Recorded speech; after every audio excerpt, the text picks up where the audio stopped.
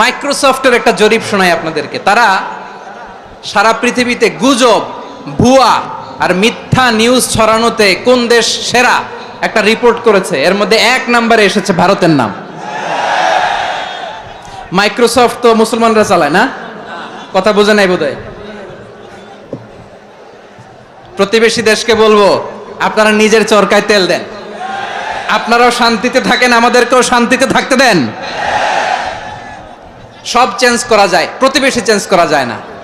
আমাদের ল্যান্ড তাদের ল্যান্ড পাশাপাশি, আমরা চাই তারাও সুখে থাক, আমরাও সুখে থাকি, ঠিক কিনা?